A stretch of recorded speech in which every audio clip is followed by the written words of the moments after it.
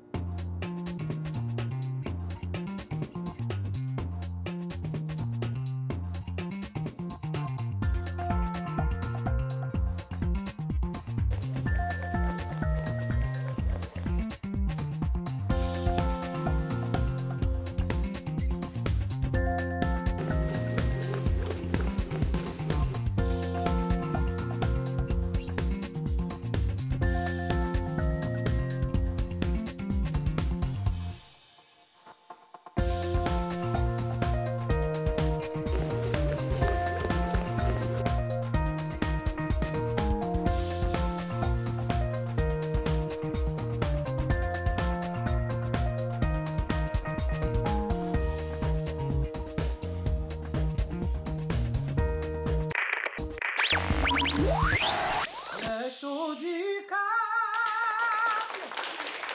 Bonsoir, mesdames et messieurs, ici Martin Perrault. Bienvenue à l'émission Le Show du câble. Alors, ceux qui étaient là la semaine dernière se rappellent que j'avais fait une petite demande à la population, c'est d'avoir un nouveau téléviseur parce que celui-ci, celui qu'on avait ne fonctionnait plus. Et là, il y a quelqu'un qui nous en a amené un. Et il ne fonctionne pas. D'ailleurs, quand on l'a parti, ça sentait le brûler là-dedans et on avait peur de mettre le feu. Donc, je relance ma question. Est-ce qu'il y a quelqu'un dans l'auditoire du show du câble qui serait capable de nous amener une belle petite télé vintage qui traîne quelque part dans votre maison et de nous appeler au 281-8250, le 281-8250. On va avoir cette petite télé-là parce que on met notre logo du show du câble là-dessus. Alors, si vous en avez une, n'hésitez pas à communiquer avec nous, ça nous ferait super plaisir.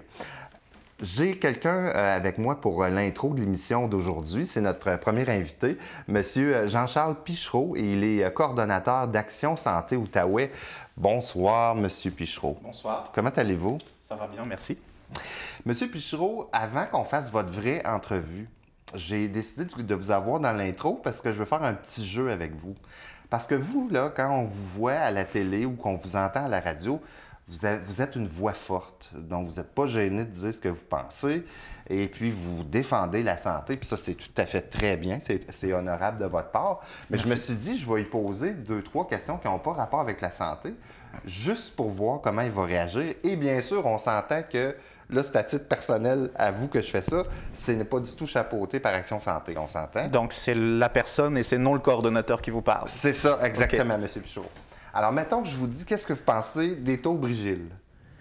Écoutez, je pense que ça relève du conseil municipal. OK. Puis chaque candidat fera ses argumentaires et on verra meilleur argument et les positionnements de chacun. Je pense que ça relève aussi du conseil municipal et du prochain maire qui aura ce dossier chaud sur le bureau. Donc, finalement, il ne m'a pas donné d'opinion, mais vous avez quand même répondu. OK, j'y vais avec une autre. Le centre Guertin, qui doit normalement un jour déménager, là, on ne sait pas quand, là, mais est-ce qu'il devrait rester où il est ou s'en aller à Gatineau? Encore une fois, ça relève du conseil municipal et du maire, et je ne peux pas me prononcer sur des choses municipales. Vous savez, pour moi, je suis plus sur l'actualité, comme vous l'avez très bien dit, en santé et services sociaux. Je préfère être sur des dossiers que je connais, que je maîtrise, plutôt que de parler de ce que je ne maîtrise pas. Donc, finalement, vos opinions, vous les gardez pour vous. Vous avez le droit de penser ce que vous voulez, mon cher Martin Perrault. Sauf en santé. Sauf en santé et en bon. services sociaux. Bon, ben, qu'est-ce que je pourrais vous demander pour la santé de bord, pour avoir votre opinion? OK, je vais vous montrer quelque chose. Vous me dites si ça fait partie d'un déjeuner bien équilibré. On s'entend? Je vais vous montrer ça.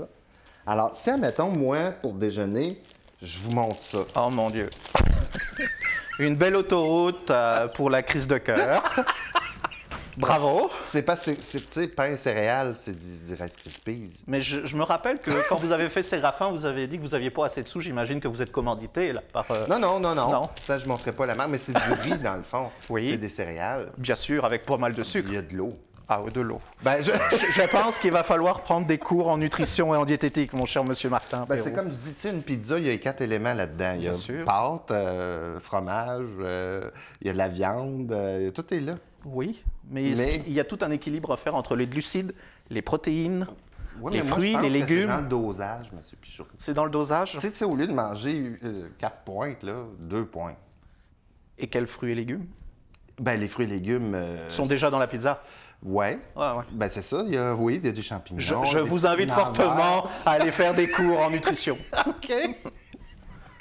Monsieur Pichereau, on va faire dans quelques instants bientôt votre vraie entrevue à l'émission. Mais j'aimerais ça savoir une dernière question sur l'actualité. Et je vais vous en trouver une sur la santé. Et je veux savoir si vous mangeriez, vous, de la bouffe de CHSLD. Écoutez, quand on regarde les plateaux, je vous avoue que ça fait pas envie. Hein, Des petits pétacs en poudre. Oui, puis des aliments texturés hein, qu'on a. C'est sûr que ça attire. J'ai pas goûté, donc je peux pas vous dire si c'est bon ou pas. OK. Puis je suis très humble et très honnête avec vous, mais j'avoue qu'au premier coup d'œil, ça donne pas envie. Vous savez, ce qui m'a surpris quand que je vous ai appelé pour vous inviter à l'émission, c'est que vous m'avez dit que vous aviez vu la semaine passée quand j'ai fait Séraphin. Oui, Donc, est-ce que vous êtes un téléspectateur assidu de la TVC? oui, je suis ma TV, TVC, puis j'aime bien regarder les émissions parce que vous savez, la santé, les services sociaux, ça va très vite, on en parle souvent, on en parle beaucoup, et avec les gens avec qui je travaille, c'est pour la première fois que je viens à la TVC Basse-Lièvre, j'aime bien savoir avec qui je parle. Je ne savais pas que je parlais avec un certain Séraphin, qui d'ailleurs on s'y tromperait. Hein. Vous l'avez trouvée bonne? Oui, très bonne. Oui. Ouais, j'ai trouvé ça très drôle. C'est vrai que vous aimeriez ça faire de la télé à un moment donné? C'est une invitation? Ben, pourquoi pas? On va y penser. On va faire votre vraie entrevue dans quelques instants, mais le temps de vous dire, mesdames et messieurs, que nos invités ce soir à l'émission Le Show du Carbe, eh bien déjà, vous savez, il y a M. Jean-Charles Pichereau avec nous et il y a également Mélisa Parenteau de Signature Mélisa Parenteau. Et oui, il est toujours avec nous, Jean-Charles Pichereau. Il est coordonnateur d'Action Santé Gatineau. Outaouais. Ben oui, c'est encore mieux. Ça va bien toujours? Ça va toujours bien. J'ai remarqué quelque chose dans notre premier bloc d'émission. Vous me direz si je me trompe. Ça se peut-tu? Êtes-vous français? Oui. oui, ça se peut. Okay. Et oui, je suis français. Et non, je ne renie pas mes origines. Ça fait-tu longtemps que vous êtes dans le coin? C'est ma femme qui m'a enlevé en 2009. Elle m'a enlevé. Je suis arrivé ici le 9 mars 2009. Et pour la petite histoire, j'avais mes petites chaussures de ville. En France, au mois de mars, là, il n'y a plus de neige. Oh. Puis elle m'a dit, mets des bottes. Moi, je suis arrivé avec mes repères européens, français. Quand je suis arrivé à Montréal, je me rappellerai toujours qu'il ne faut jamais arriver au mois de mars avec des petites chaussures de ville. Non, parce que nous, on a beaucoup de neige au mois de mars. C'est ça. D'ailleurs, à ma naissance, en 71, là, c'était une des pires tempêtes de neige historiques. Mais c'est pas grave, je vous le dis. C'est correct. Monsieur Pichereau, comment vous avez abouti à vous intéresser à la santé? Ben écoutez, c'est un petit peu personnel. Je vais le partager avec le public. Oui. C'est qu'à un moment, moi, j'ai eu un problème de santé. Et tout à fait naïvement, hein, toujours avec mes repères, 2010-2011, fin 2010, je quitte l'Université du Québec en Outaouais et j'ai un problème de santé, notamment au niveau dentaire. Et là, moi, je pense que c'est pris par la RAMQ et ma conjointe me dit « mais non, ça ne marche pas comme ça ». Puis là, vu que tu n'es plus étudiant, tu retombes dans un statut. J'attendais mes papiers pour devenir résident permanent. Le statut légal. Ouais. Mais là, on est dans un vide juridique. C'est-à-dire que je ne suis plus étudiant, je suis en attente d'avoir les papiers et je n'ai pas de soins de santé. Et pour moi, c'était inconcevable dans un pays dit développé, quand même économiquement évolué, de ne pas avoir un système où justement, quand on a des choses qui arrivent d'eux-mêmes, et puis on a même été voir pour avoir une assurance privée. Ce qu'il faut savoir, puis ça je vais informer les téléspectateurs, c'est que pour avoir une assurance privée, il faut être aussi admissible à l'assurance publique. Donc pas admissible à l'assurance publique, la RAMQ, pas admissible à l'assurance privée. Donc on tourne en rond. En France, est-ce qu'ils ont la protection pour les soins dentaires? Oui, en France, puis vous avez deux choix. Vous avez ce qu'on appelle la mutualisation française, c'est-à-dire que c'est des dentistes qui travaillent à salaire qui sont un peu fonctionnaires du système, et vous êtes basé sur les cotes de la sécurité sociale, l'équivalent de la RAMQ pour le Québec. Parce que nous autres, ici, c'est juste les fonctionnaires, pas mal. Mais c'est parce qu'ils ont des assurances assez intéressantes. Oui, c'est ça. Et justement, ce que je disais au ministre Barrette le 6 septembre dernier, c'est qu'il ne faut pas oublier que, ben oui, on a une grosse partie de la population, puis tant mieux, qui travaille à la fonction publique fédérale, provinciale, qui ont de belles assurances, tant mieux pour eux, mais il ne faut pas oublier tout le reste. Il y a les gens qui travaillent dans le privé, il y a les gens qui travaillent dans le communautaire, il y a les gens qui travaillent pour tout et toute entreprise et tout organisme, et ces gens-là, 9 fois sur 10 n'ont pas obligatoirement les assurances dentaires. Et là, on continuait. Comment vous êtes arrivé avec Action Santé? Alors, au début, j'ai travaillé à l'Association générale des étudiants de l'Université du Québec en Outaouais, et Action Santé est venue me débaucher parce qu'à un moment, j'ai été voir justement une assemblée générale spéciale sur les soins bucco-dentaires. Forcément, ça m'a interpellé. Ouais. Et quand je suis arrivé, il manquait un animateur. Et à un moment, on m'a demandé si je voulais animer. J'ai animé un groupe. Oui, parce que vous êtes bon là-dedans. J'essaye. Vous avez J'essaye. la prestance. Hein? Merci. Oui. Et là, j'anime le groupe. Et à la fin, j'ai eu un petit clin d'œil en me disant est-ce que je serais intéressé éventuellement. Il y a eu changement de personnel. Mon prédécesseur voulait quitter. Et on m'a demandé si j'étais intéressé à prendre le poste. Et j'ai accepté. Fait que là, ça fait combien de temps? Alors, au mois d'avril 2018, ça fera 5 ans. Et Action Santé, c'est Outaouais. financé... Oui, Outaouais. Action Santé, Outaouais. Outaouais, oui. C'est financé comment? Alors, souvent, les gens pensent... C'est un organisme communautaire autonome. Souvent, les gens pensent que on est financé par le PSOC, le Programme de soutien aux organismes communautaires du CISO. Pour ce qui est de la défense de droits, aujourd'hui, on appelle ça la promotion des droits. Défense collective. Ça fait moins agressif. C'est ce qu'on nous dit. Oui. Mais en filigrane, ça reste toujours quand même le même travail. Et on est financé par le secrétariat à l'action communautaire autonome et aux initiatives sociales. L'acronyme, c'est le SACE. Qui est le ministère de tutelle? C'est le ministère de l'Emploi et de la Solidarité sociale. Et notre ministre, c'est M. François Blais. D'ailleurs, qu'on demande à rencontrer parce qu'aujourd'hui, Action Santé, depuis plus de 10 ans maintenant, travaille avec 45 675 $. Donc, vous comprenez très vite que je ne suis pas là pour l'argent. Il faut payer le bureau, il faut payer le déplacement, il faut payer toutes les charges et il faut payer le salaire du coordonnateur. Une chance, j'ai un CA qui travaille et qui met la main à la pâte. On a des comités, on a des bénévoles. Et encore merci aux membres et aux bénévoles parce que sans eux, Action Santé ne pourrait pas travailler comme on fait actuellement. Puis moi aussi, je donne aussi de ma personne. C'est ça qui arrive dans les organismes communautaires. On en fait partie, nous autres aussi. C'est le financement, le problème. Oui, c'est pas mal séraphin, le financement. Et je pense qu'il faut regarder au niveau des organismes communautaires, que ce soit au niveau du CISO, que ce soit au niveau du SACE, du ministère de l'Emploi et de la Sécurité sociale, c'est qu'on a besoin de tous les organismes. Et je trouve un petit peu aberrant actuellement de nous faire courir après 5 sous 6 cents avec des appels de projets toujours demandés. Vous savez, une demande de subvention aujourd'hui, là... j'ai ça, moi. On vous demande, c'est minimum 8 pages, OK? Oui. Et j'enlève toutes les annexes et le budget. C'est ça. Pour qui, pourquoi, comment? Financez-nous correctement les projets, les idées, on les a. Moi, j'en ai plein de dossiers sur le bureau. Mais ce que je disais pas plus tard que la semaine dernière à mon président, c'est que nous, on est intéressés par tout ce qui se passe en santé et services sociaux, mais à un moment, ça a ses limites. On ne peut pas... puis là, on aimerait mettre en place une formation sur l'aide médicale à mourir. Oui. Et là, c'est encore d'aller chercher du financement au niveau pour la formation, pour pouvoir la mettre en place. On est toujours à chercher du financement. Je trouve qu'on nous dénature de notre mission. On a une mission qui est la revendication des droits, qui est l'éducation populaire. On s'inscrit dans l'éducation populaire autonome, de vulgariser l'information et la formation, dans la mobilisation sociale. Donc, on est dans tous ces champs-là. Mais aujourd'hui, on nous demande de remplir des paperasses. On nous avait dit qu'on simplifierait les choses. Je vous dirais très sincèrement, quand j'entends le mot simplifier, j'ai peur parce que je vois 3 dossiers de plus sur le bureau. Mettons les organismes de santé, le CISO, là, ils vous aiment-tu? Écoutez, on n'est pas des amis, on n'est pas des ennemis. OK. On va être clair. Respect de chacun. Il y a respect. Oui. On sait qu'ils ont un travail à faire, on a notre travail à faire. Puis, ça ne nous empêche pas de leur parler. Alors, des fois, oui, ça ne fait pas toujours leur affaire. Quand on sort dans les médias puis qu'on n'est pas content, Mais je pense, moi je reconnais le travail qu'ils font. Puis écoutez, faut être bien d'accord, les gestionnaires des CISO, là, le grand patron, il s'appelle Gaëtan Barrette, c'est le ministre de la Santé et des Services sociaux. Oui. On a eu une fusion des C3S avec beaucoup de griefs, parce qu'il y avait eu le bilan à Montréal où j'ai été présent sur les C3S et on se demandait un petit peu comment ça allait évoluer. Et quand ce nouveau gouvernement est arrivé et M. Barrette a été nommé ministre de la Santé et des Services sociaux, il y a eu fusion des C3S en SUS ou en CIS. Donc pour nous, Centre intégré en santé et services sociaux de l'Outaouais.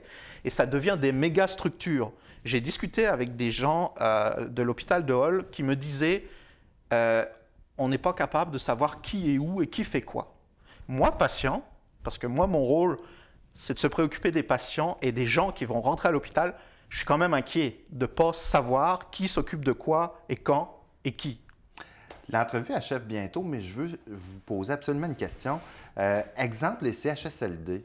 Moi, quand j'écoute aux nouvelles, puis là, je vais vous faire pomper un petit peu, quand j'écoute aux nouvelles et qu'on est comme presque content d'annoncer que les gens dans les CHSLD vont pouvoir avoir accès éventuellement à 2 bains par semaine, et puis que 2 bains, c'est déjà pas beaucoup, là, mais on a l'air content de l'annoncer. Vous choquez, ça vous doit vous choquer épouvantablement. Bien, écoutez, c'est parce qu'on nous dit... Vous devez vivre fâché à travailler là-dedans. Il ne faut pas. OK. J'ai appris, cher monsieur Martin Perrault, qu'il faut prendre du recul. Puis des fois, il faut prendre une grande respiration. Hein, parce que oui, je suis français, puis je peux vite me pomper, comme vous le dites si bien. Mais non, il faut prendre du recul, il faut regarder ça. Ben, c'est sûr que nous, à Action Santé, moi, j'ai passé un coup de fil en haut lieu, puis on m'a dit, ben, 1 bain par semaine, c'est la norme. Mais non, mais c'est effrayant. Mais après, est-ce qu'on suit les normes ou est-ce qu'on suit la demande du patient? On suit la demande du patient. Ben, c'est ce que nous, on revendique. C'est pour ça que nous, on existe. C'est parce que nous, ce qu'on veut, c'est que les gens puissent avoir accès, que ce soit au bain, à de la nourriture de qualité et à du personnel outillé et disponible. Aujourd'hui, j'ai eu des infirmières la semaine dernière qui m'ont dit « Écoutez, c'est fou, on est brûlés, on nous demande de faire du temps supplémentaire obligatoire. » Puis je posais la question, je dis, est-ce que c'est la même chose pour les infirmières qui travaillent au bloc opératoire? Moi, je ne suis pas rassuré de savoir qu'une infirmière est en temps supplémentaire obligatoire, qu'elle est brûlée, mais qu'elle est obligée d'être là et que je vais me faire opérer au bloc opératoire. Alors, je caricature, bien sûr, mais c'est parce qu'on a un problème. Aujourd'hui, on a un problème de gestion de personnel et demain, on aura un problème de qualité. Monsieur Hébert, le PDG, avec qui on parle, je lui ai déjà dit et redit, mais lui aussi, il travaille à flux tendu. Oui. Donc, moi, je veux bien la gestion équilibrée, très bien, mais pas à n'importe quel prix. Pas au prix humain. Rapidement, si on veut de l'information sur Action Santé Outaouais, il y a un site web? Il y a un site web qui doit être en mise à jour, mais on a pas mal d'informations. C'est actionsantéoutaouais.org. Monsieur Pichereau, merci beaucoup d'être passé faire un tour. J'aurais eu encore des questions pour vous, mais je vous réinviterai. Merci beaucoup. Merci beaucoup d'avoir participé à l'émission. On va y aller avec la pensée de la semaine. Si la santé est malade, il serait peut-être temps de la guérir.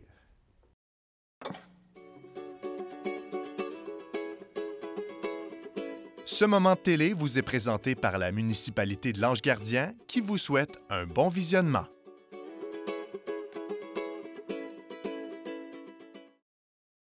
Après avoir parlé de santé, on va maintenant parler de beauté. C'est tout à fait normal parce que je suis très beau.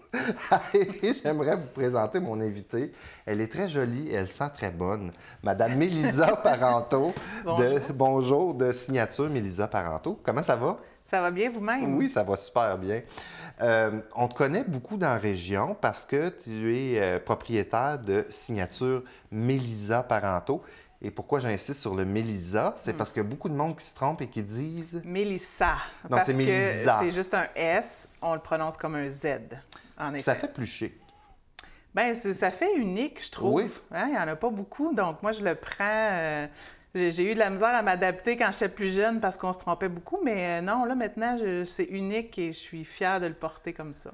Moi, Mélisa, j'ai remarqué qu'on s'est mis beaucoup à entendre parler de toi dans notre secteur pour les gens qui nous regardent dans toute la région de l'Outaouais, mais pour Buckingham, là, Masson-Angers, Lange-Gardien, Mélisa Parenteau, elle est connue et il me semble que c'est arrivé d'un coup. Comment t'expliques ça?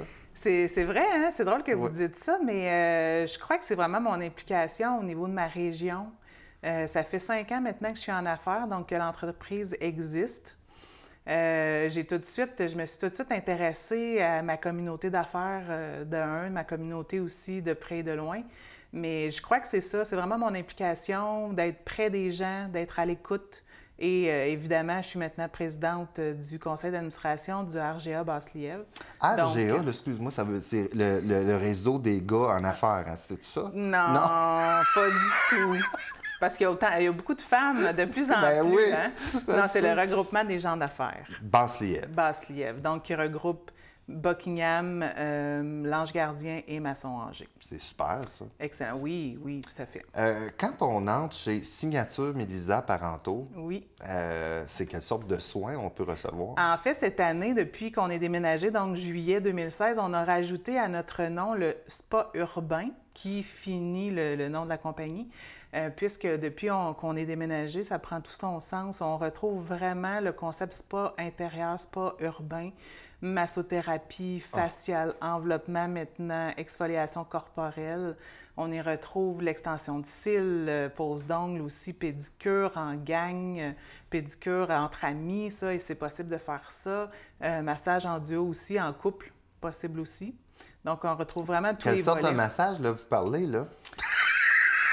Non, là, c'est vraiment très professionnel et Oui, dans l'art. c'est... Donc, on retrouve vraiment du suédois, massage de détente, thérapeutique autant. Donc, ça doit faire du bien. Oui, vraiment. Mettons, tu sais, les hommes aussi, ils vont. Oui, de plus en plus. Oui. Est-ce que les hommes sont gênés d'aller?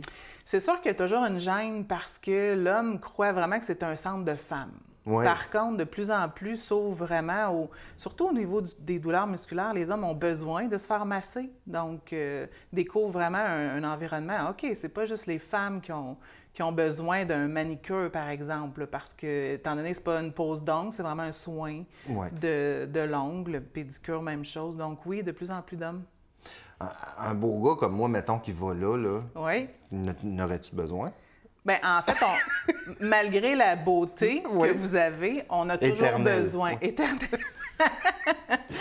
Disons-le, on a toujours vraiment besoin de se faire cajoler, de se faire vraiment prendre soin de nous. Tout à fait.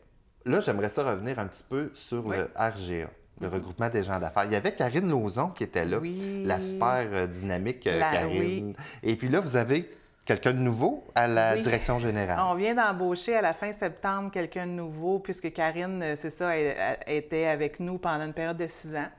Donc, elle a fait un travail remarquable. Puis, c'est ça, là, elle a, dans le fond, donné le flambeau un petit peu à la place de Geneviève Suzanne Trottier qui prend le relais. Donc, c'est une femme très dynamique, puis on est très fiers de travailler avec elle. Et là, l'année débute avec elle. Donc, elle a beaucoup de pain sur la planche. Comment vous trouvez le monde des affaires dans notre secteur? En fait, c'est un monde très dynamique. Vraiment, c'est une communauté qui, moi, m'a charmée, il y a 5 ans, de décider d'ouvrir ma place d'affaires à Buckingham. Il y a pour plusieurs raisons, mais entre autres, ce côté chaleureux, le côté que les gens se rassemblent ensemble. Puis c'est sûr qu'il y a place à l'amélioration dans le sens où d'avoir plus de membres parce qu'on a un réseau quand même assez grand. Mais sinon, c'est une vraie belle place d'affaires. Et puis vous... Grandissante. Grandissante? Oui. Et puis vous, quand vous avez commencé à être femme d'affaires, comment vous avez trouvé l'accueil au départ? Aviez-vous peur? Dites-vous, ça va-tu marcher?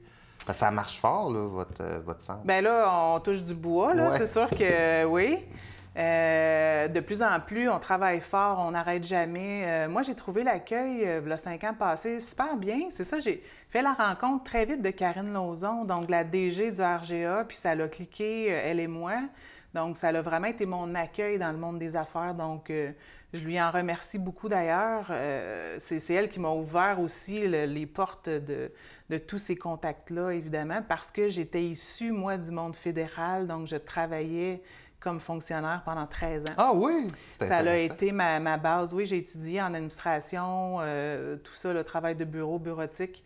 Mais c'est un gros changement de passer. J'ai toujours été passionnée au niveau de la beauté et de l'esthétisme.